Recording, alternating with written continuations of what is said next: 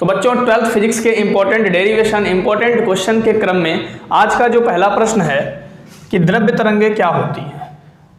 द्रव्य तरंगे क्या होती हैं, सिद्ध कीजिए कि v विभवांतर से त्वरित इलेक्ट्रॉनों की द्रव्य तरंगों की तरंग दैर्ध्य लैम्डा बराबर √150/v एंगस्ट्रॉम अथवा 12.27/√v एंगस्ट्रॉम होता है।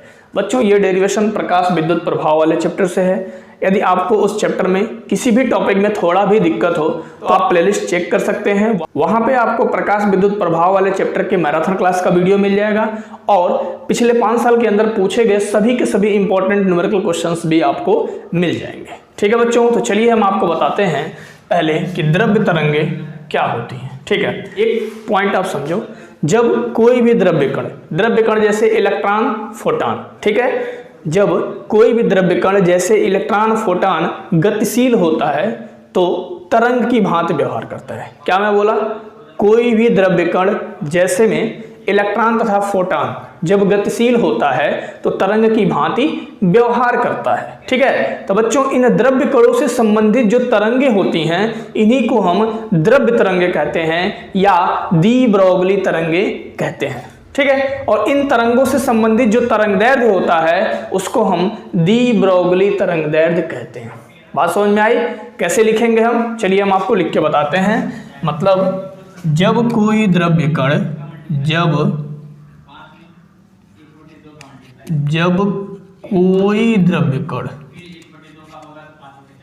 जब कोई द्रव्य कण जैसे इलेक्ट्रॉन फोटॉन गतिशील होता है। ठीक है, क्या होता है? गतिशील होता है तो यह तरंग की भांति व्यवहार करता है। किसकी भांति व्यवहार करता है बच्चों? तरंग की भांति व्यवहार करता है।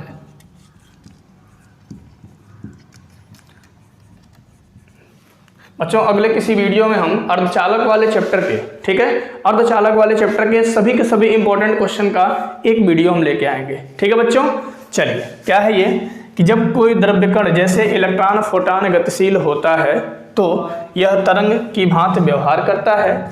तो द्रव्य कणों से संबंधित द्रव्य कणों से संबंधित तरंग को द्रव्य तरंगे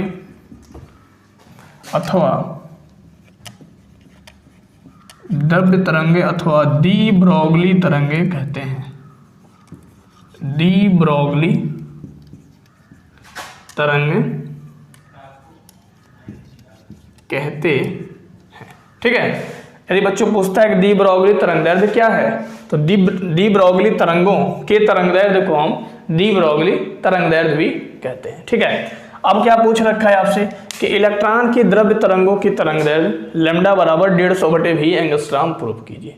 ठीक है, अब ध्यान दो। तो सबसे पहले हम आपको बता दें कि ये फार्मूला आप याद रखना, तब डेरिवेशन में भी हेल्प करेगा और इस पर डायरेक्ट आपको न्यूमेरिकल क्वेश्चंस भी मिलता है। ठीक है, अब देखो तो हम लिख लेंगे कि माना, इसका डेरिवेशन बच्चों मैं कर रहा हूं, माना कण का द्रव्यमान, माना कण का द्रव्यमान यम तथा वेग आपका क्या है? v है। तो डी ब्रोगली तरंग दैर्ध्य क्या है आपको पता है। मैं किसी न किसी वीडियो में डी ब्रोगली तरंग दैर्ध्य का व्यंजक भी आपको बता रखा है। तो किसी भी कण के लिए डी ब्रोगली तरंग दैर्ध्य, डी ब्रोगली तरंग दैर्ध्य, डी ब्रोगली तरंग दैर्ध्य बच्चों हो जाएगा लैम्डा बराबर h/m v। ठीक है, यदि कण की गतिज ऊर्जा, यदि एक एक स्टेप आप ध्यान दीजिएगा, सब समझ में आ जाएगा। यदि कण की गतिज ऊर्जा k हो यदि कण की गतिज ऊर्जा k हो तो गतिज ऊर्जा का फार्मूला बच्चों हो जाएगा k बराबर 1/2 mv²। यहाँ से आप क्या करो, v की वैल्यू निकाल लो, ठीक है।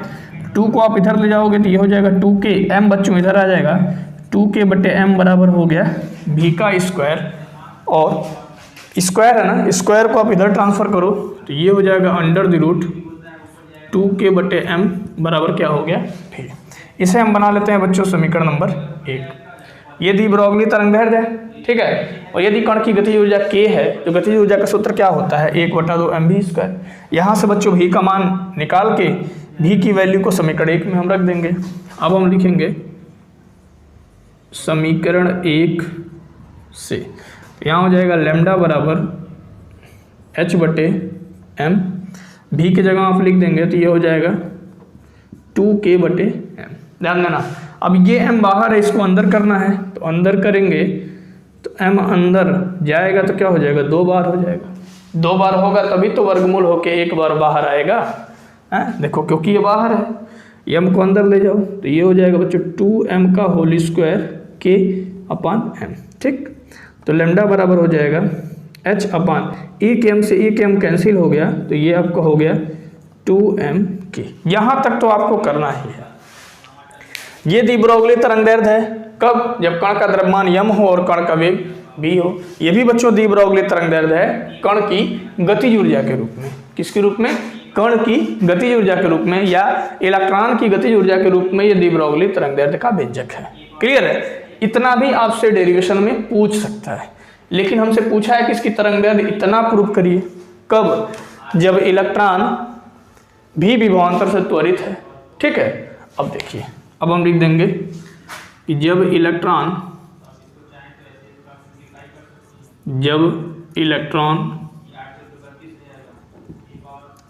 भी विभवांतर से त्वरित होगा,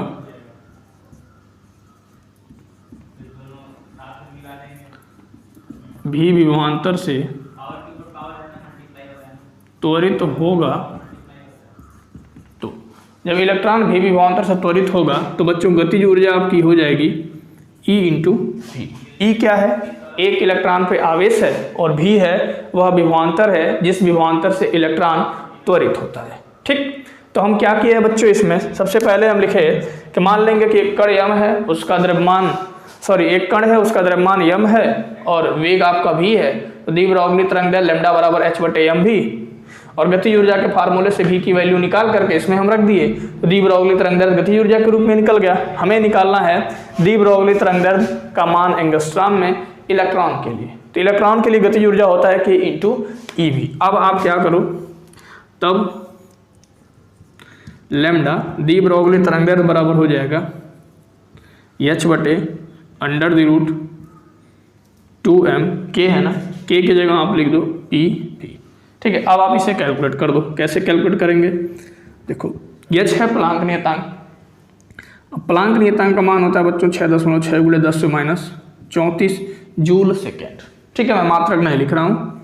अब देखो 2 m क्या है, इलेक्ट्रॉन का द्रव्यमान है। इलेक्ट्रॉन का द्रव्यमान आपका होता है 9.1 × 10⁻31। E है बच्चों एक इलेक्ट्रॉन पे आवेश, और एक इलेक्ट्रॉन पे आवेश होता है 1.6 × 10⁻19 coulomb into v volt, clear. अब आप इसे जब कैलकुलेट करेंगे, ध्यान देना, ये नहीं कि एग्जाम में लगना इसको कैलकुलेट करना है। कैलकुलेट करोगे समय लगेगा, फंस भी सकते हो, इसलिए मैं बोल रहा हूँ कि ये डेरिवेशन याद रखना कि इसका व्यंजक इतना ही प्राप्त होता है, ठीक है। इसके बाद आप लिख सकते हो कि under the root 150/v into 10⁻⁻10 meter आएगा। समझ गए, ये ध्यान रखना कि इसको जब आप कैलकुलेट करोगे तो under the root 150/v into 10⁻⁻10 meter आएगा। अब हम आपको एक चीज़ बता दें कि बच्चों एक एंगस्ट्रॉम में 10⁻⁻10 मीटर होता है, ठीक है। तो 10⁻⁻10 मीटर की जगह आप लिख सकते हो एंगस्ट्रॉम। क्या लिख सकते हो? एंगस्ट्रॉम। ये आपका व्यंजक प्राप्त हो गया बहुत ही आसानी से। करना कुछ नहीं है, एक बार दी ब्रोगली तरंगदैर्ध्य लिख देना है, H/mv आपको पहले से पता भी होगा, ठीक है। और उसके बाद दी ब्रोगली तरंगदैर्ध्य का मान गतिज ऊर्जा के रूप में लिख देना है और गतिज ऊर्जा का मान रख देना है। इसमें मान रख के कैलकुलेट करेंगे इतना आंसर आ जाएगा, ठीक है। अब देखिए 150 का वर्गमूल बच्चों यदि आप निकालते हो तो ये निकल के आएगा 12.27। याद रखना, ये नहीं कि लगना कैलकुलेट करने, समय बर्बाद होगा, समझ गए, ये ध्यान रखना। और नीचे हो जाएगा V एंगस्ट्रॉम। क्लियर है? तो बच्चों यदि ये प्रश्न आपको बेहतरीन तरीके से समझ में आया है तो आप एक प्यारा सा कमेंट करके जरूर बताओ। यदि इस चैप्टर के किसी भी डेरिवेशन में या किसी भी कॉन्सेप्ट में आपको दिक्कत है तो आप एक बार प्लेलिस्ट को चेक कीजिए, प्रकाश विद्युत प्रभाव के मैराथन क्लास को देखिए। प्रकाश विद्युत प्रभाव वाले टॉपिक से संबंधित जितने भी टाइप के न्यूमेरिकल क्वेश्चंस बताए गए हैं उन सभी टाइप के न्यूमेरिकल क्वेश्चंस को भी आप सॉल्व कर लीजिए, ठीक है बच्चों।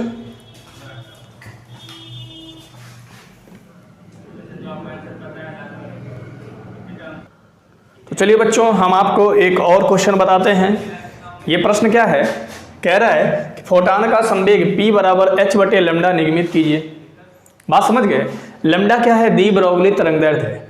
तो बच्चों इस प्रश्न से दी ब्रोगली तरंगदैर्ध्य का व्यंजक भी आपका प्राप्त हो जाएगा, क्योंकि हम इस प्रश्न में सबसे पहले हम दी ब्रोगली तरंगदैर्ध्य का व्यंजक प्राप्त करेंगे, उसके बाद उसी में संवेग भी मिल जाएगा। देखिए कैसे, दो प्रश्न, इस प्रश्न से दो डेरिवेशन होगा, ठीक है ना। चलिए बताता हूं क्या करेंगे। आपको पता है प्लांक के क्वांटम सिद्धांत से हम लिखेंगे प्लांक के क्वांटम सिद्धांत से, प्लांक के क्वांटम सिद्धांत से। तो बच्चों प्लांक का जो क्वांटम सिद्धांत है उसके अनुसार जो हमारी फोटान की ऊर्जा होती है, फोटान की ऊर्जा, फोटान की ऊर्जा E बराबर होता है h न्यू। न्यू क्या है बच्चों? आवृत्ति है, ठीक है।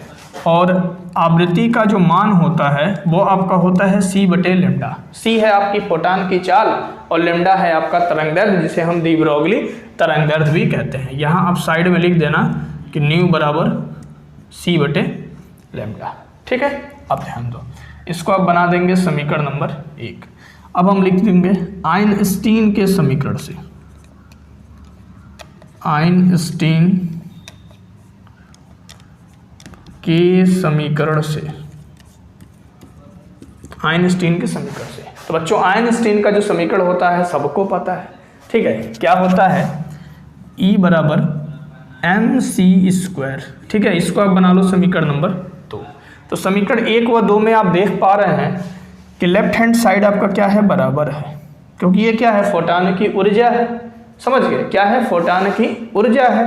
तो लिख देंगे समीकरण 1 व 2 से, 1 व 2 से। तो 1 व 2 से बच्चों लेफ्ट हैंड साइड बराबर है तो राइट हैंड साइड आपका बराबर हो जाएगा, तो hc/λ बराबर हो जाएगा mc², ठीक है। hc/λ बराबर mc²। अब आप इसे लिख सकते हैं, एक c से एक c कैंसिल हो गया तो ये हो जाएगा बच्चों h/λ बराबर mc, या लैम्डा को आप इधर ट्रांसफर कर दो तो ये हो जाएगा 1/h/mc बराबर लैम्डा। तो ये आपका हो गया दी ब्रोगली तरंगदैर्ध्य का सूत्र, ठीक है। ये क्या है? दी ब्रोगली तरंगदैर्ध्य का सूत्र है। इसे आप लिख सकते हैं कि यही दी ब्रोगली तरंगदैर्ध्य है, तरंगदैर्ध्य है। हमको संवेग निकालना है। अब लिख देंगे यदि फोटान के स्थान पर, यदि फोटान के स्थान पर भी वेग का कण प्रयोग किया गया हो, भी वेग का कण प्रयोग किया गया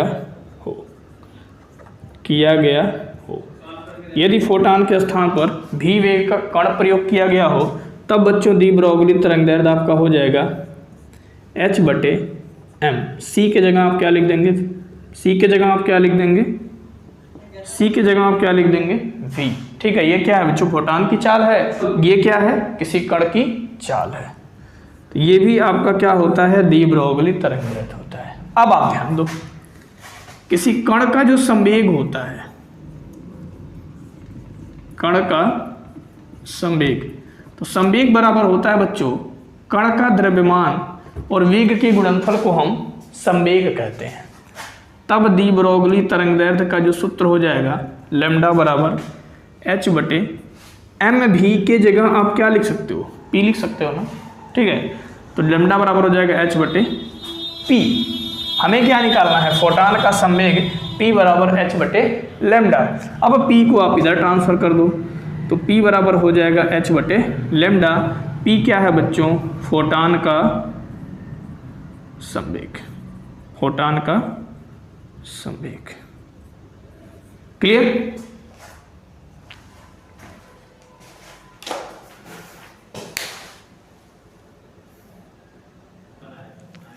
तो चलिए बच्चों, अब हम आपको एक और इम्पॉर्टेंट क्वेश्चन बताते हैं।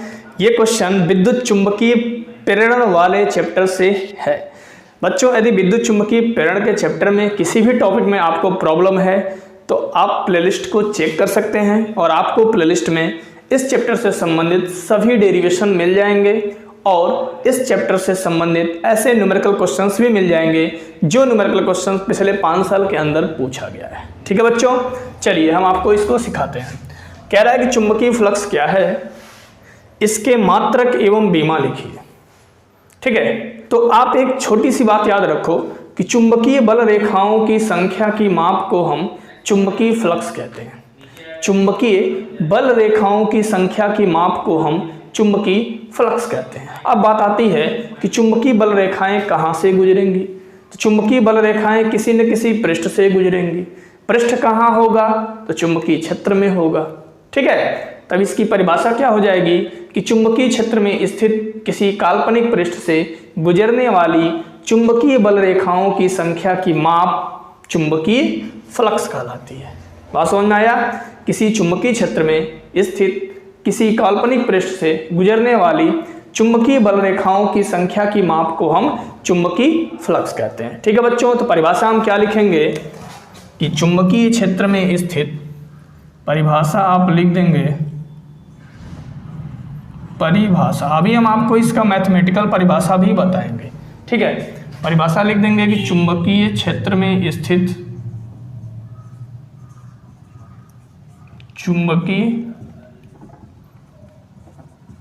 चुंबकीय क्षेत्र में स्थित किसी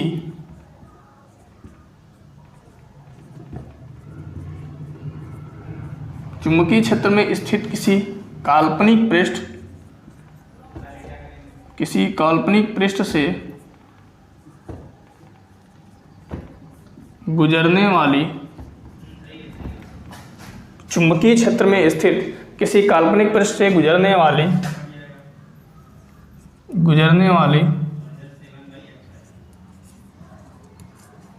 चुंबकीय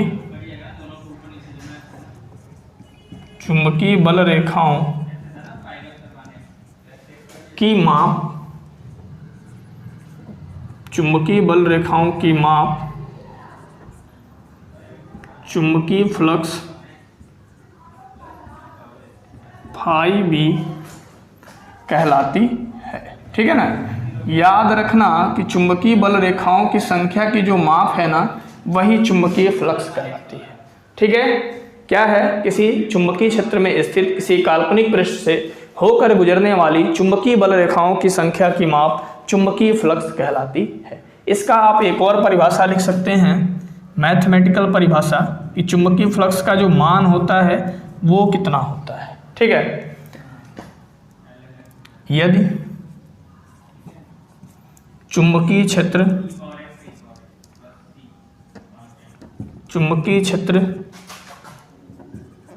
B में रखे पृष्ठ का क्षेत्रफल ए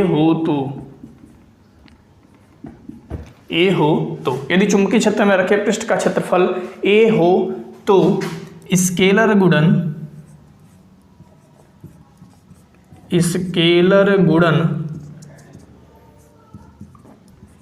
बी डॉट ए को चुंबकीय फ्लक्स कहते हैं। बी डॉट ए को चुंबकीय फ्लक्स कहते हैं। ये क्वेश्चन बच्चों बहुत इंपॉर्टेंट है। विद्युत क्षेत्र में आप विद्युत फ्लक्स पढ़े होंगे, किसी वीडियो में हम आपको विद्युत फ्लक्स के भी बारे में बताए थे, और ये चुंबकीय फ्लक्स। ठीक है, यहाँ से बच्चों 1 नंबर 2 नंबर 3 नंबर में आपसे प्रश्न पूछे जाते हैं, बहुविकल्पी में भी ये प्रश्न पूछे जा सकते हैं। ठीक है, स्केलर गुणन बी डॉट ए को चुंबकीय फ्लक्स कहते हैं। अब आप ध्यान देना। ठीक है, तब चुंबकीय फ्लक्स फाई बी बराबर हो जाएगा बच्चों बी डॉट ए। आपको पता है कि ए डॉट बी किसी भी दो सदिश का जो डॉट प्रोडक्ट होता है वो आपका होता है ए बी कॉस थीटा। ठीक है, तो बी डॉट ए को हम लिख सकते हैं कि जो चुंबकीय फ्लक्स है ये आपका हो गया बी ए कॉस थीटा। तो ये आपका निकल गया फाइनल फार्मूला चुंबकीय फ्लक्स का। तो चुंबकीय फ्लक्स क्या है? चुंबकीय बल रेखाओं की संख्या की माप। मीन्स किसी चुंबकीय क्षेत्र में स्थित किसी काल्पनिक पृष्ठ से होकर गुजरने वाली चुंबकीय बल रेखाओं की संख्या की माप को हम बच्चों चुंबकीय फ्लक्स कहते हैं। क्लियर? अब बात करते हैं इसके मात्रक की। इसका मात्रक क्या होगा? अब आप ध्यान दो, तो जो चुंबकीय फ्लक्स का मात्रक होगा चुंबकीय क्षेत्र का मात्रक गुणे क्षेत्रफल के मात्रक के बराबर होगा। चुंबकीय क्षेत्र का मात्रक गुणे पृष्ठ के क्षेत्रफल के मात्रक के बराबर होगा। और कास थीटा क्या है? ट्रिग्नोमेट्रिकल रेशियो है, त्रिकोणमितीय अनुपात। त्रिकोणमितीय अनुपात का कोई मात्रक नहीं होता है। अब बात आती है कि चुंबकीय क्षेत्र का मात्रक क्या होता है। क्षेत्रफल का मात्रक तो होता है मीटर स्क्वायर। तो चुंबकीय क्षेत्र के बच्चों हम 3 या 4 मात्रक जानते हैं। ठीक है, तो चुंबकीय क्षेत्र का मात्रक क्या है? चुंबकीय क्षेत्र का पहला मात्रक ले लो आप टेस्ला। दूसरा मात्रक आप जानते होंगे वेबर पर मीटर स्क्वायर। ठीक है, और तीसरा मात्रक बच्चों होता है न्यूटन बटे एम्पियर मीटर। एक और मात्रक होता है गॉस, उसको हम नहीं लिख रहे हैं। ठीक है, चुंबकीय क्षेत्र का यदि आप 3 मात्रक लिखेंगे तो चुंबकीय फ्लक्स के भी 3 मात्रक आपके सामने निकल जाएंगे। ठीक है, ठीक है, चलिए देखिए पहला मात्रक क्या हो जाएगा? टेस्ला। और क्षेत्रफल का मात्रक बच्चों होगा मीटर स्क्वायर। तो चुंबकीय फ्लक्स का पहला मात्रक निकल गया टेस्ला मीटर स्क्वायर। दूसरा मात्रक क्या निकलेगा? चुंबकीय क्षेत्र का जो मात्रक है वो आपका है वेबर पर मीटर स्क्वायर। ठीक है, और क्षेत्रफल का मात्रक आपका है मीटर स्क्वायर। तो मीटर स्क्वायर से मीटर स्क्वायर कैंसिल, तो ये मात्रक आपका निकल जाएगा वेबर। तो चुंबकीय फ्लक्स का पहला मात्रक निकला टेस्ला मीटर स्क्वायर, और चुंबकीय फ्लक्स का बच्चों दूसरा मात्रक निकल गया वेबर। अब बात करते हैं चुंबकीय फ्लक्स के तीसरे मात्रक की। तो चुंबकीय क्षेत्र का जो तीसरा मात्रक है वो आपका है न्यूटन बटे एम्पियर मीटर, और क्षेत्रफल का मात्रक है बच्चों मीटर स्क्वायर। ठीक है, तो 1 मीटर से 1 मीटर कैंसिल होगा, तो इसका मात्रक निकल के आ जाएगा न्यूटन मीटर। 1 मीटर से 1 मीटर कैंसिल, और नीचे बच्चों हो जाएगा एम्पियर। तो ये तो आपका हो गया चुंबकीय फ्लक्स का मात्रक और परिभाषा। अब बात करते हैं चुंबकीय फ्लक्स की बीमा की। चुंबकीय फ्लक्स की बीमा बच्चों हम कैसे निकालेंगे? चुंबकीय फ्लक्स की बीमा निकालने के लिए आपको इसका मात्रक या फार्मूला पता होना चाहिए। फार्मूला पता होगा तो आप मात्रक निकाल के बीमा निकाल देंगे, और मात्रक यदि डायरेक्ट पता है तो बीमा आप डायरेक्ट निकाल सकते हो। देखो, तो न्यूटन बल का मात्रक है, तो बल के लिए जो बीमा यूज होता है बच्चों वो आपका होता है ml t पे -2। और मीटर क्या है? लंबाई का मात्रक है, इसके लिए जो बीमा यूज होता है आपका होता है L। और एम्पियर धारा का मात्रक है, धारा के लिए बच्चों बीमा यूज होता है ए। ठीक है, तो इसको आप लिख सकते हो एम, एल और एल मिलके हो गया एल का स्क्वायर, और ये हो गया बच्चों टी पे -2। क्लियर है? और नीचे हो गया आपका ए।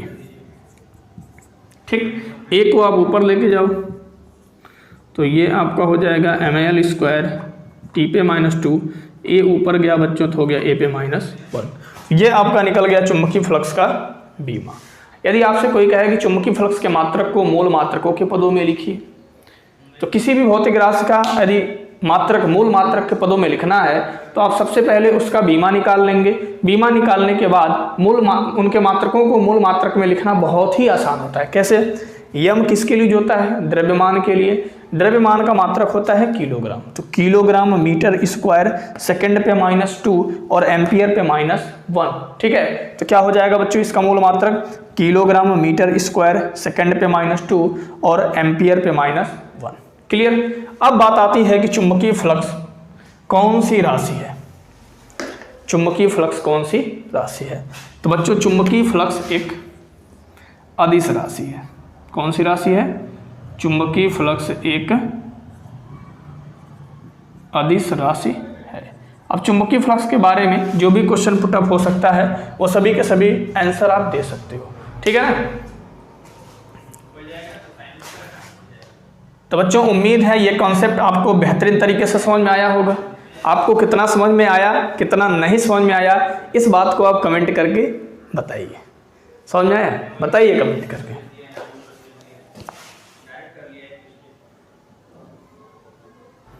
तो चलिए बच्चों, अब हम आपको बताते हैं एक ऐसा इंपॉर्टेंट क्वेश्चन जिसके इस साल बोर्ड एग्जाम में आने की पूरी संभावना है। ठीक है, बोर्ड एग्जाम में किसी न किसी पेपर सेट में ये प्रश्न आपको देखने को जरूर मिलेगा। तो क्या है प्रश्न? कह रहा है कि स्वप्रेरण गुणांक की परिभाषा दीजिए। एक समतल वृत्ताकार कुंडली के लिए स्वप्रेरण गुणांक का व्यंजक प्राप्त कीजिए। तो बच्चों सबसे पहले हम आपको बता दें कि स्वप्रेरण क्या होता है। स्व मीन्स होता है स्वयं, प्रेरण मीन्स हो गया प्रेरित होना। ठीक है, मीन्स स्वयं प्रेरित होना। ठीक है, मान लीजिए कोई कुंडली है, उसमें आई धारा प्रवाहित हो रही है। ठीक है, तो आई धारा जो होगी वो कुंडली की मुख्य धारा होगी। यदि हम कुंडली की मुख्य धारा में परिवर्तन करें तो उसी कुंडली में यदि प्रेरित धारा उत्पन्न होती है तो इस घटना को हम बोलते हैं स्वप्रेरण। ठीक है, तो बच्चों स्वप्रेरण क्या है? विद्युत चुंबकीय प्रेरण की घटना है। तो विद्युत चुंबकीय प्रेरण की वह घटना, विद्युत चुंबकीय प्रेरण की वह घटना जिसमें कुंडली में प्रवाहित मुख्य धारा के मान में परिवर्तन करने से यदि उसी कुंडली में प्रेरित धारा उत्पन्न होती है तो इसे हम कहते हैं स्वप्रेरण या स्वप्रेरकत्व। ठीक है, अब देखिए क्या लिखेंगे इसकी परिभाषा। विद्युत चुंबकीय प्रेरण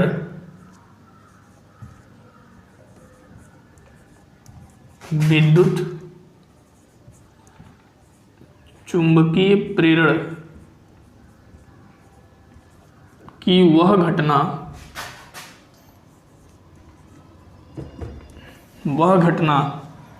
जिसमें कुंडली में प्रवाहित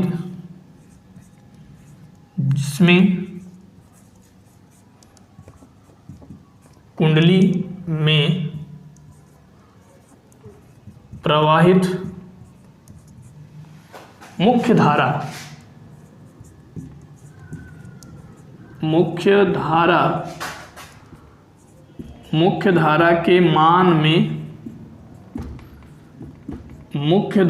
के मान में परिवर्तन करने से उसी कुंडली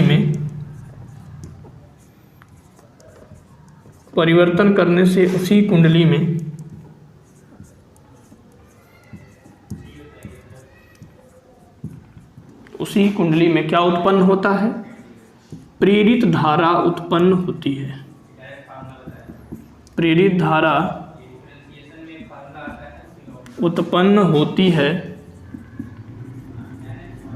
धारा उत्पन्न होती है स्वप्रेरण कहलाता है। प्रेरित धारा उत्पन्न होती है स्वप्रेरण कहलाता है। में स्वप्रेरण क्या है? विद्युत चुम्बकीय प्रेरण की घटना है। विद्युत चुम्बकीय प्रेरण की ऐसी घटना जिसमें कुंडली के मुख्य धारा के मान में परिवर्तन करने से उसी कुंडली में यदि प्रेरित धारा उत्पन्न होती है तो इस घटना को हम स्वप्रेरण कहते हैं। ठीक है, अब बात आती है कि हम स्वप्रेरण गुणांक किसे कहते हैं? किसे? स्वप्रेरण गुणांक हम किसे कहते हैं? अब आप ध्यान देना एक एक स्टेप। स्वप्रेरण गुणांक की हम आपको 3 परिभाषा बताएंगे। स्वप्रेरण गुणांक, इन तीनों में से कोई भी परिभाषा आप लिख सकते हो। यदि आप चाहो तो तीनों परिभाषा लिख दो। स्वप्रेरण गुणांक या स्वप्रेरकत्व। ठीक है, मतलब मान लेंगे कि माना कुंडली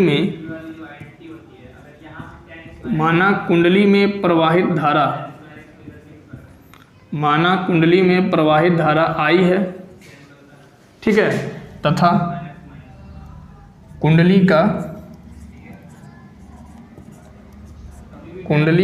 चुंबकीय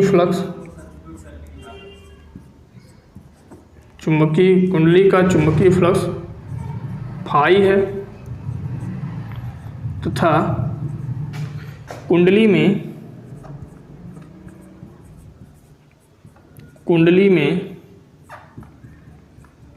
फेरों की संख्या n है। ध्यान देना, मीन्स कुंडली में यदि धारा I प्रवाहित हो रही है और चुंबकीय क्षेत्र बच्चों क्या है? फाई है या फाई भी है, और कुंडली में फेरों की संख्या n है, तो n फाई को हम क्या बोलते हैं पता है आपको? तो बच्चों n फाई जो होगा इसको हम बोलते हैं चुंबकीय फ्लक्स ग्रंथिकाओं की संख्या।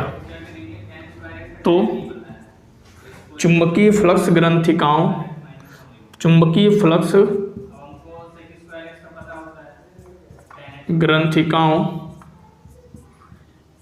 की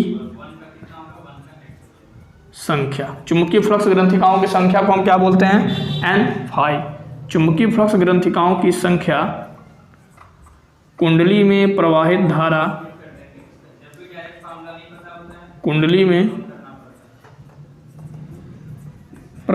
यहाँ माना ना लिख करके यदि लिख देना। यदि कुंडली में प्रवाहित धारा I है, कुंडली का चुंबकीय फ्लक्स फाई है, कुंडली में फेरों की संख्या n है, तो चुंबकीय फ्लक्स ग्रंथिकाओं की संख्या n फाई कुंडली में प्रवाहित धारा I के अनुक्रमानुपाती होती है। यह है बच्चों स्वप्रेरण गुणांक की पहली परिभाषा। क्या है कि यदि कुंडली में प्रवाहित धारा I है, चुंबकीय फ्लक्स फाई है, कुंडली में फेरों की संख्या n है, तो n फाई आप याद रखना होता है चुंबकीय फ्लक्स ग्रंथिकाओं की संख्या। क्या होता है? चुंबकीय फ्लक्स ग्रंथिकाओं की संख्या। ये कुंडली में प्रवाहित धारा का क्या होता है? अनुक्रमणुपाती होता है, मतलब n फाई अनुक्रमणुपाती I। तो बच्चों आपको पता होगा कि जब हम अनुक्रमणुपाती चिन्ह हटाते हैं तो कोई न कोई कांस्टेंट आता है। यहाँ कांस्टेंट मान लीजिए आ गया L, ठीक है, तो इसको आप ऐसे लिख सकते हो n फाई बटे I बराबर क्या हो गया? L। जहाँ L क्या है? जहाँ L एक नियतांक है, जिसे स्वप्रेरण गुणांक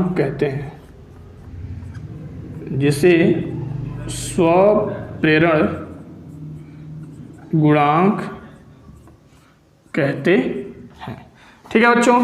तो आपको हम बताया कि स्वप्रेरण क्या होता है। स्वप्रेरण विद्युत चुम्बकीय प्रेरण की घटना है जिसमें कुंडली के मुख्य धारा के मान में यदि हम परिवर्तन करते हैं और उसी कुंडली में प्रेरित धारा उत्पन्न होती है तो ऐसी घटना स्वप्रेरण कहलाती है। स्वप्रेरण गुणांक की क्या परिभाषा है? तो बच्चों स्वप्रेरण गुणांक में क्या होता है कि कुंडली की जो चुंबकीय फ्लक्स ग्रंथिकाओं की संख्या है n फाई, कुंडली में प्रवाहित धारा I के क्या होती है? अनुक्रमणपाती होती है। जब हम अनुक्रमणपाती चिन्ह हटाते हैं तो L लिखते हैं। L एक नियतांक है जिसे हम बच्चों स्वप्रेरण गुणांक कहते हैं। ठीक है, इसे आप नोट कर लीजिए, फिर हम आपको स्वप्रेरण गुणांक की दूसरी परिभाषा बताते हैं। ठीक है,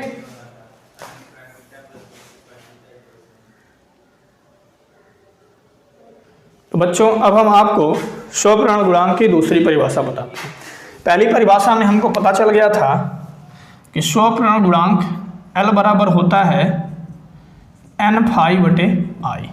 I क्या है बच्चों? कुंडली में प्रवाहित धारा, n है फेरों की संख्या और phi है चुंबकीय फ्लक्स, और n∅ को हम बोलते हैं चुंबकीय फ्लक्स ग्रंथिकाओं की संख्या। ठीक है बच्चों, तो इसकी परिभाषा हम देंगे। मान लीजिए कि यदि कुंडली में जो प्रवाहित धारा है, यदि मान लीजिए 1 एम्पियर हो, कुंडली में प्रवाहित धारा क्या हो? 1 एम्पियर है। ठीक है, तब L बराबर क्या होगा? n∅ होगा। मतलब L क्या है? L आपका है स्व प्रेरण गुणांक। ठीक है, n∅ क्या है? चुंबकीय फ्लक्स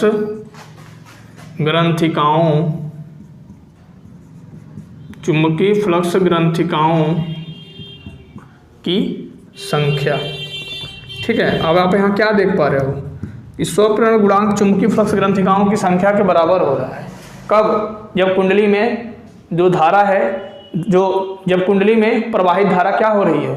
1 एम्पियर हो रही है। जिसकी हम परिभाषा लिख देंगे कि परिभाषा एक लिखेंगे इसका कि स्वप्रेरण गुणांक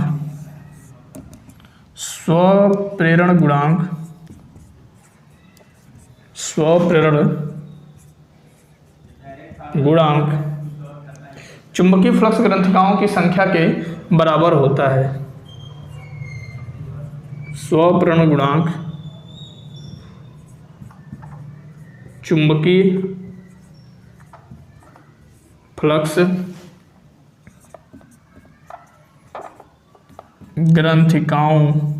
ग्रंथिकाओं की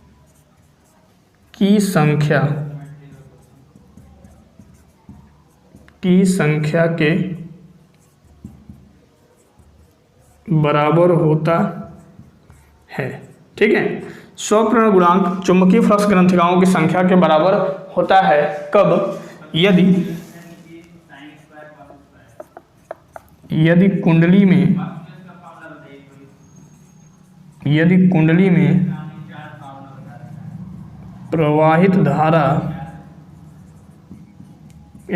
में प्रवाहित धारा 1 एम्पियर हो। ये परिभाषा भी आप लिख सकते हैं। ठीक है, स्वप्रेरण गुणांक क्या होता है? चुंबकीय फ्लक्स ग्रंथिकाओं की संख्या के बराबर होता है यदि कुंडली में प्रवाहित धारा क्या हो? 1 एम्पियर हो। अब बच्चों हम आपको स्वप्रेरण गुणांक की तीसरी परिभाषा बता देते हैं। ठीक है, इन तीनों परिभाषाओं में से जो भी परिभाषा आपको याद आएगा वो परिभाषा आप एग्जाम में लिख सकते हैं। ठीक है बच्चों, तो हम तीसरी परिभाषा बताएंगे कि n कुंडली में n फेरों की कुंडली में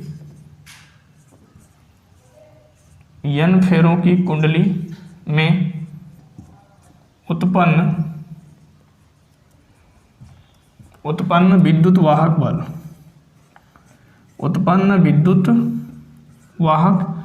बल। ठीक है, तो फैराडे बताए थे कि किसी कुंडली में यदि चुंबकीय फ्लक्स में परिवर्तन होता है तो उसमें जो उत्पन्न प्रेरित विद्युत वाहक बल का मान है वो क्या होता है? चुंबकीय फ्लक्स में परिवर्तन की ऋणात्मक दर के बराबर होता है। चुंबकीय फ्लक्स में परिवर्तन की ऋणात्मक दर के बराबर होता है। और यदि बच्चों कुंडली में फेरों की संख्या n है तो आप यहाँ n लिख दीजिएगा। ठीक है, फैराडे क्या बताए थे कि किसी कुंडली में यदि उसके चुंबकीय फ्लक्स में परिवर्तन होता है तो उत्पन्न जो प्रेरित विद्युत वाहक बल है वो क्या है? चुंबकीय फ्लक्स में परिवर्तन की ऋणात्मक दर के बराबर होता है।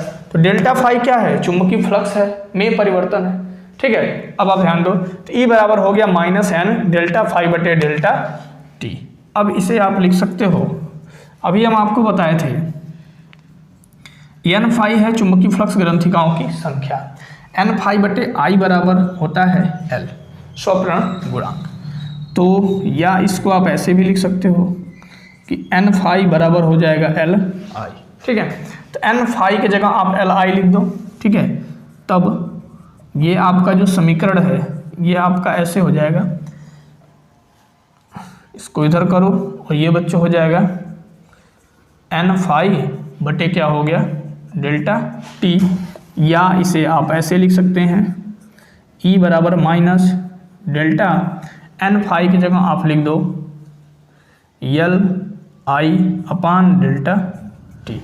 यल को आप बाहर निकाल लो, यल बाहर निकल जाएगा तो E बराबर हो जाएगा minus L delta I upon delta t. तो delta I upon delta t को इस साइड में ट्रांसफर करो तो ये माइनस भी हो जाएगा, इधर माइनस ई बटे ये आपका हो गया delta I upon delta T बराबर हो गया एल। ठीक है बच्चों, यदि डेल्टा आई बटे डेल्टा टी बराबर 1 मीन्स क्या हो, एकांक हो। डेल्टा आई बटे डेल्टा टी क्या है, धारा परिवर्तन की दर, तब माइनस ई बराबर क्या हो जाएगा यल। तो ये आपकी हो गई तीसरी परिभाषा कि स्वप्रेरण गुणांक क्या है, कुंडली में उत्पन्न प्रेरित विद्युत वाहक बल के क्या होता है, बराबर होता है यदि कुंडली में धारा परिवर्तन की दर क्या हो, एकांक हो। तो आप परिभाषा लिख सकते हैं कि स्वप्रेरण गुणांक, आप लिख सकते हैं कि स्वप्रेरण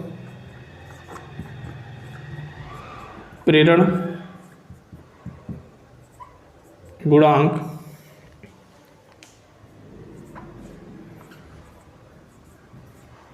कुंडली में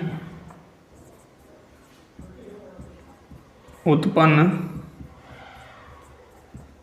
प्रेरित विद्युत वाहक बल, प्रेरित विद्युत वाहक बल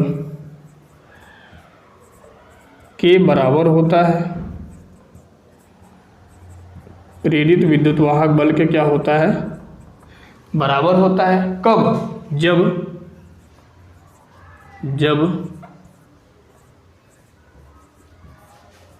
कुंडली में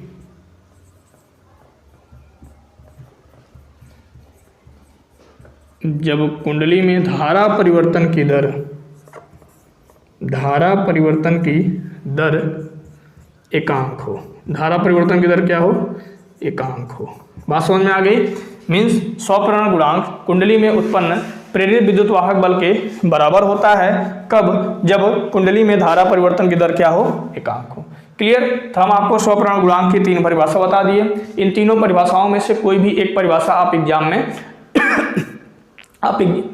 इन तीनों परिभाषाओं में से कोई भी एक परिभाषा आप एग्जाम में लिख सकते हैं। ठीक है बच्चों। तो माइनस बच्चों क्या है, माइनस प्रेरित विद्युत वाहक बल की दिशा को प्रदर्शित करता है और प्रेरित विद्युत वाहक बल की जो दिशा है सदैव ऐसे कारण का विरोध करती है जिसके कारण वो क्या होती है, उत्पन्न होती है। ठीक है ना। अब आप ध्यान दो,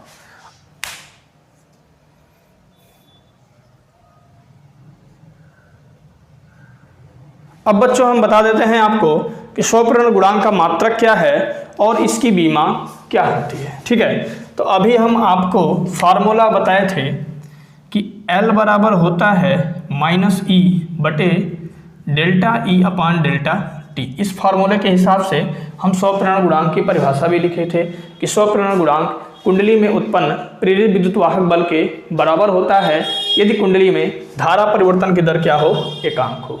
ठीक है बच्चों। तो इस फार्मूले से हम इसका मात्रक और बीमा बड़े आसानी से निकाल सकते हैं।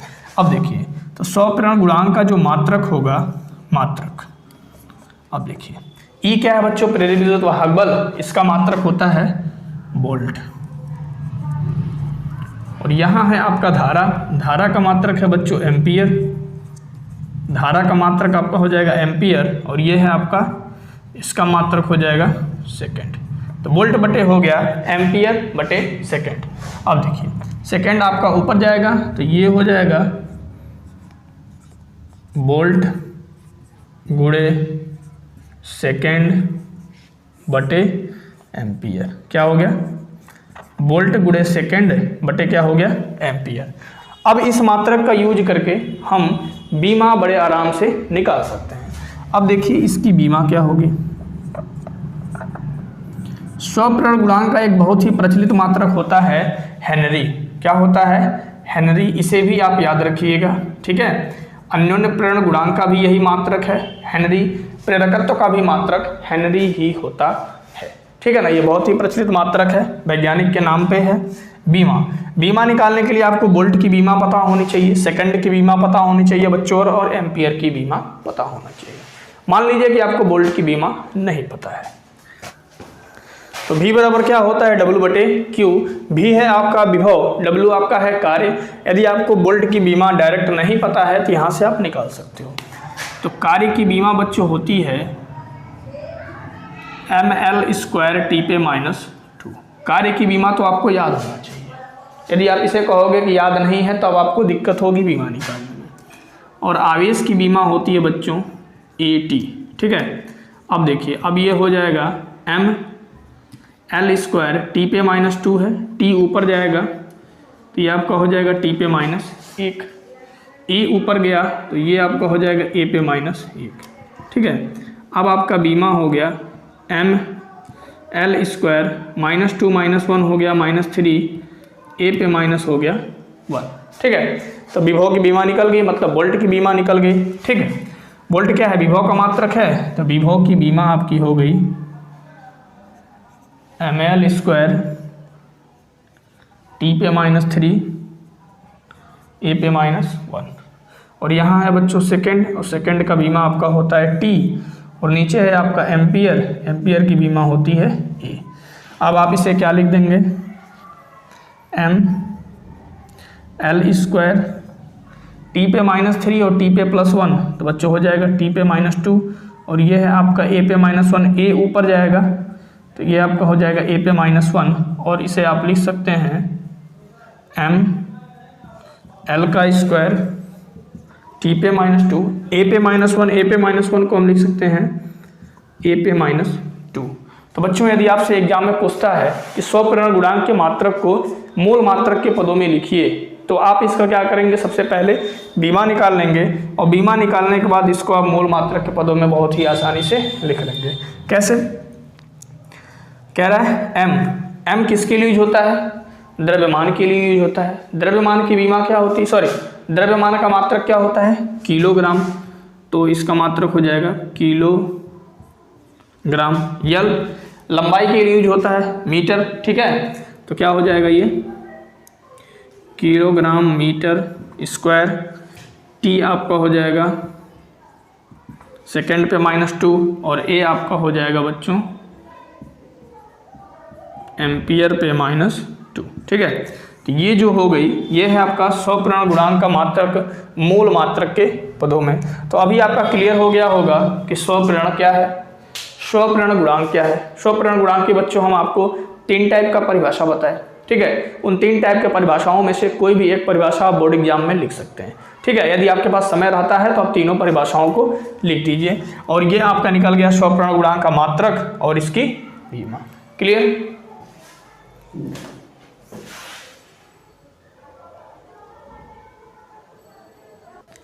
तो चलिए बच्चों, अब हम आपको बताते हैं कि एक समतल वृत्ताकार कुंडली के लिए स्वप्रेरण गुणांक का व्यंजक हम कैसे प्राप्त करेंगे। तो सबसे पहले बच्चों हम आपको बता दें कि स्वप्रेरण गुणांक का फार्मूला क्या होता है। अभी आपको हम स्वप्रेरण गुणांक का सारा परिभाषा बताए, सारे फार्मूले बताए, आप समझ भी गए होंगे कि स्वप्रेरण गुणांक का क्या फार्मूला है, ठीक है। उसका जो बच्चों बेसिक फार्मूला है स्वप्रेरण गुणांक का, यदि आप इन 3-4 स्टेप को समझ गए तो इसके डेरिवेशन करने में आपको थोड़ा भी तकलीफ नहीं होगा, ठीक है बच्चों। तो ये आपका स्वप्रेरण गुणांक का फार्मूला है N∅/I। अब बात आती है कि चुंबकीय फ्लक्स का सूत्र क्या है। तो बच्चों चुंबकीय फ्लक्स का जो सूत्र है वो आपका है BA/I। क्लियर। अब बात आती है कि जो हमारी वृत्ताकार कुंडली है, कुंडली कैसा है, वृत्ताकार है, तो वृत्ताकार कुंडली के केंद्र पर B क्या है, चुंबकीय क्षेत्र है ना। तो वृत्ताकार कुंडली के केंद्र पर चुंबकीय क्षेत्र कितना होता है, और A बच्चों क्या है, क्षेत्रफल, मीन्स जो हमारी कुंडली है उसका क्षेत्रफल क्या होगा।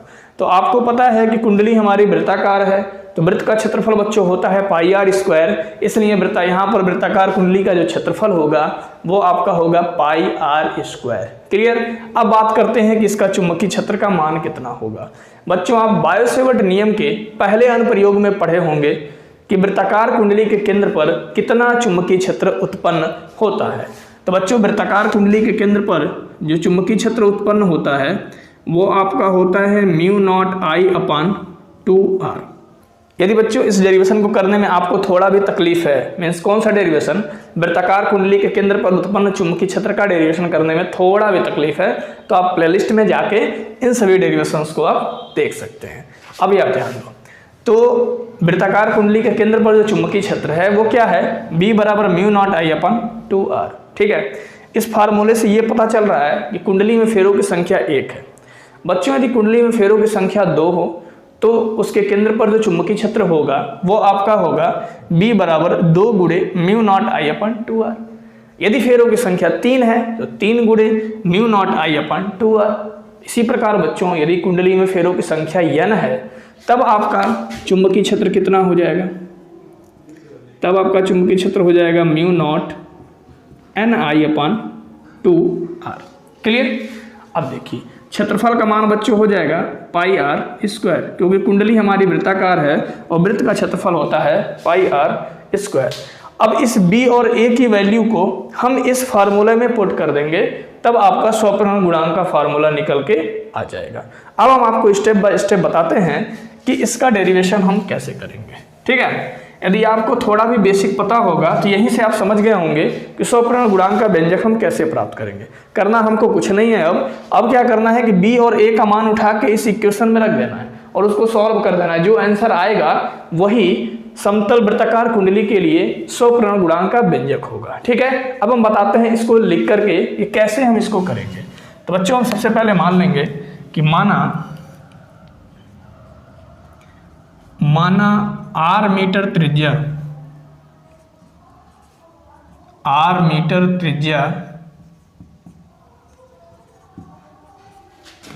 की वृत्ताकार कुंडली, r मीटर त्रिज्या की वृत्ताकार कुंडली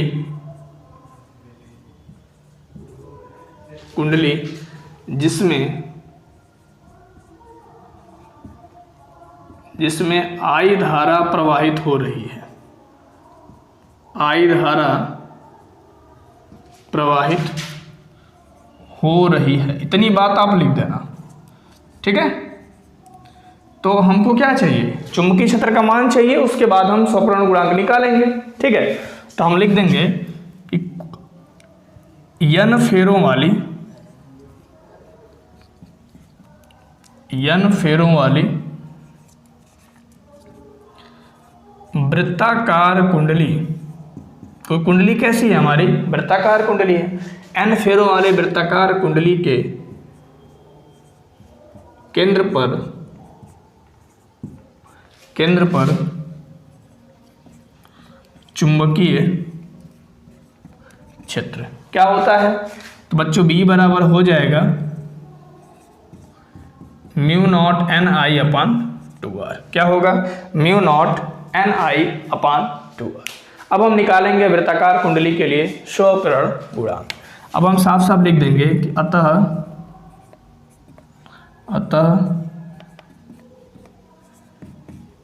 वृत्ताकार कुंडली के लिए बहुत इंपॉर्टेंट डेरिवेशन है। ठीक है, ये प्रश्न आपसे बोर्ड में कई बार पूछ चुका है, इसको आप अच्छे से समझ लें। अतः वृत्ताकार कुंडली के लिए स्वप्रेरण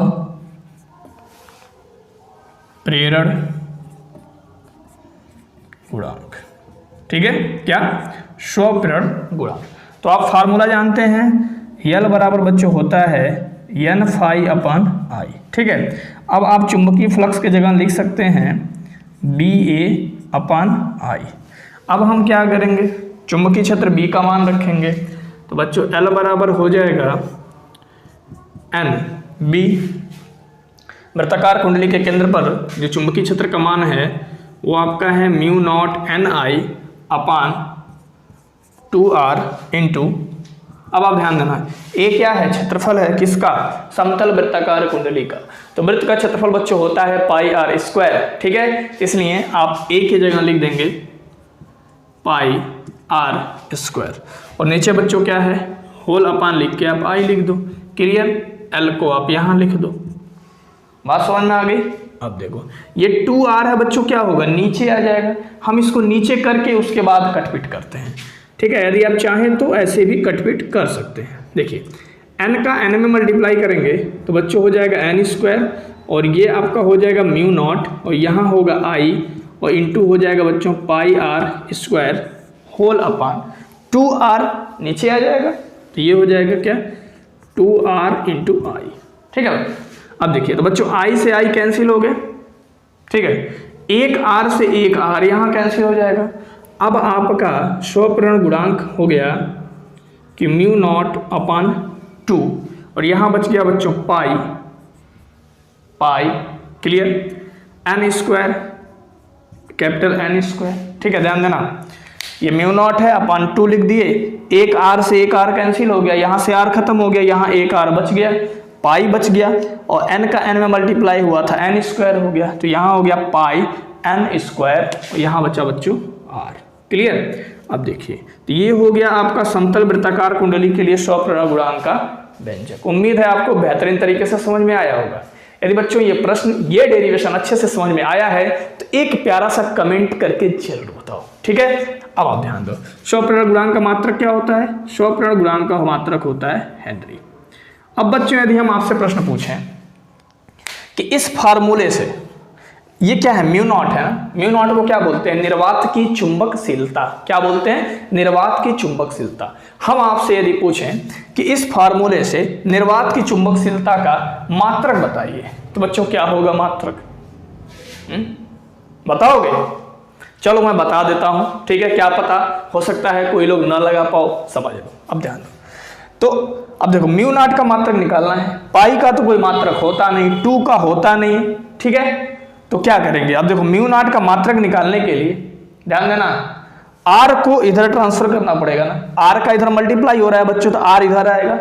यल है स्वप्रण गुणांक, स्वप्रण गुणांक का मात्रक क्या है हेनरी है। ठीक है, r है वृत्ताकार कुंडली की त्रिज्या तो त्रिज्या का मात्रक क्या होगा मीटर, मतलब r जब इधर आता है और l/r हो जाएगा, l/r बराबर म्यू नॉट। इन सब का तो मात्रक होता नहीं।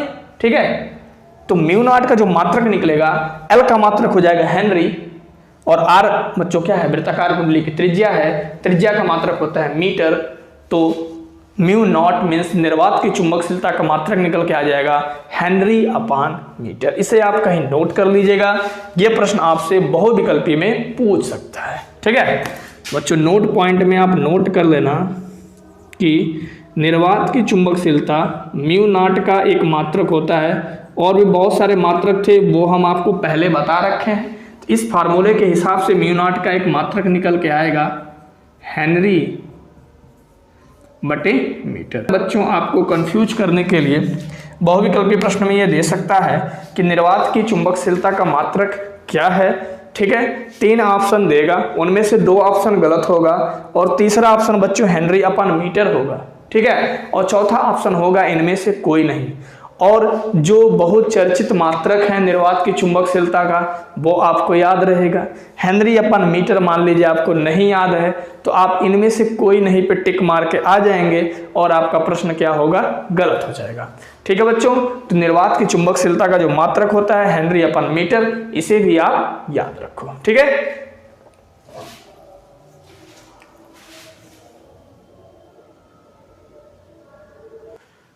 तो बच्चों अब हम आपको अगला प्रश्न बताते हैं।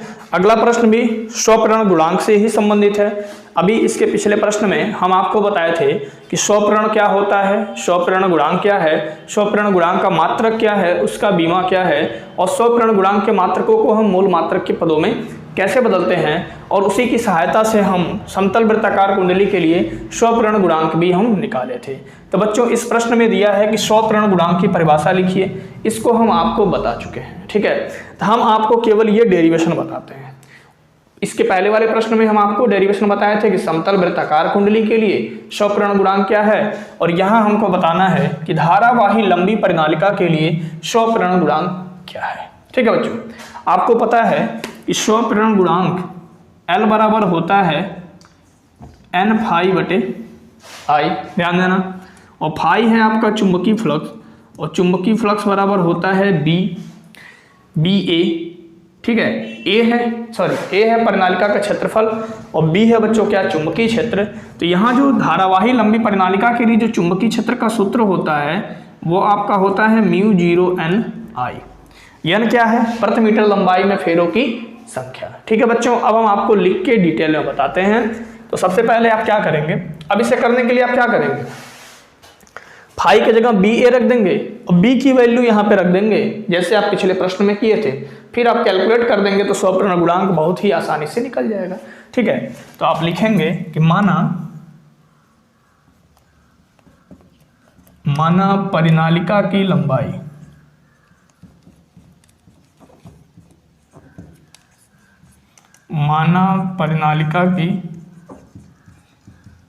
लंबाई बराबर L। ठीक है, इसका जो क्षेत्रफल होगा, क्षेत्रफल बराबर मान लीजिए A है। ठीक है, और मान लेंगे कि इसमें फेरों की संख्या जो है, कुल फेरों की संख्या आपका क्या है, N है। और परिनालिका में जो प्रवाहित धारा है,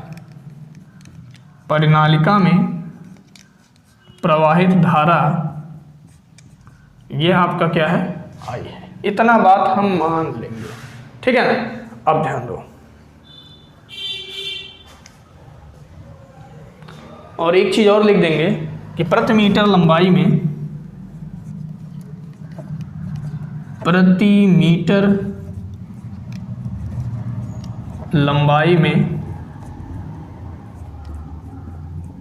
फेरों की संख्या। तो प्रति मीटर लंबाई में बच्चों फेरों की संख्या क्या होता है, n होता है। ठीक है, यदि आपको कुल लंबाई पता है L और कुल फेरों की संख्या यदि आपको पता है कैपिटल N, तो प्रति मीटर लंबाई में फेरों की संख्या निकालने का जो सूत्र होता है वो आपका होता है कैपिटल N बटे L। अब आप लिख देंगे कि चूंकि परिनालिका के भीतर चुंबकीय क्षेत्र कितना होता है, उसके बाद हम स्वप्रण गुणांक निकालेंगे। परिनालिका के भीतर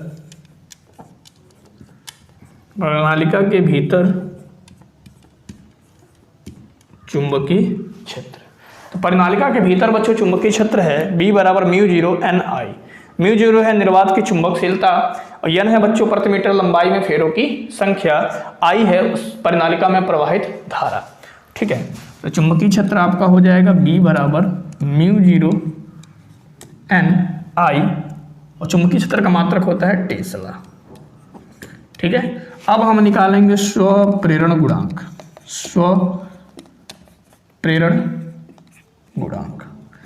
तो धारावाही लंबी परिनालिका के लिए आपका जो स्वप्रेरण गुणांक हो जाएगा L बराबर फार्मूला होता है बच्चों N फाई अपान I। क्या फार्मूला होता है, N फाई अपान I।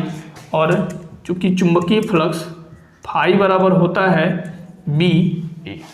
ठीक है, तो इसलिए L बराबर आपका हो जाएगा N और फाई की जगह आप लिख देंगे BA और नीचे बच्चों क्या है, प्रवाहित धारा I है। ठीक है, अब आप ध्यान दो, तो L बराबर हो जाएगा N और B क्या है, परिनालिका के भीतर चुंबकीय क्षेत्र है। तो परिनालिका के भीतर चुंबकीय क्षेत्र आपका आया है μ0 Ni। μ0 निर्वात की चुंबकशीलता और n प्रति मीटर लंबाई में फेरों की संख्या, A आपका है परिनालिका का क्षेत्रफल I। तो I से I बच्चों कैंसिल हो गया, तो L बराबर फार्मूला निकल के आ गया N μ0 Ni हेनरी। तो ये भी एक प्रकार का व्यंजक है लंबी धारावाही परिनालिका के लिए स्वप्रेरण गुणांक का ये सूत्र है। यदि आप इसे थोड़ा आगे बढ़ाते हैं, चूंकि n क्या है, प्रति मीटर लंबाई में फेरों की संख्या, इसका फार्मूला होता है कि परिनालिका में कुल फेरों की संख्या बटे परिनालिका की कुल लंबाई। तब आपका स्वप्रेरण गुणांक L बराबर हो जाएगा N μ0, स्मॉल n की जगह आप लिख दो कैपिटल N बटे L इंटू I से I यहाँ कैंसिल हो गया बच्चों, यहाँ पे A रहेगा। ठीक है, A। ठीक है, इसे आप क्या लिख सकते हो, μ0 n का n में मल्टीप्लाई करोगे तो हो जाएगा ये n स्क्वायर अपान हो जाएगा L इंटू A हेनरी। ठीक है, तो ये आपका निकल गया कि लंबी धारावाही प्रणालिका के स्वप्रेरण गुणांक का सूत्र। तो बच्चों आप समझ गए स्वप्रण क्या है, स्वप्रण गुणांक क्या है, इसका मात्रक क्या है, इसकी बीमा क्या है, इसके मात्रकों को हम मूल मात्रक के पदों में कैसे बदलते हैं। ठीक है, और इसके बाद समतल वृत्ताकार कुंडली के लिए स्वप्रण गुणांक का व्यंजक कैसे प्राप्त करेंगे, लंबी धारावाही प्रणालिका के लिए हम स्वप्रण गुणांक का व्यंजक कैसे प्राप्त करेंगे। बच्चों ये प्रश्न बहुत ही इजी है, बस थोड़ा सा आपको समझने की जरूरत है। यदि बच्चों थोड़ा भी दिक्कत रह गया होगा इसे आप एक बार रिपीट करके जरूर देख लीजिएगा, क्योंकि ये प्रश्न आपके बोर्ड एग्जाम के लिए बहुत ही इंपॉर्टेंट है। ठीक है,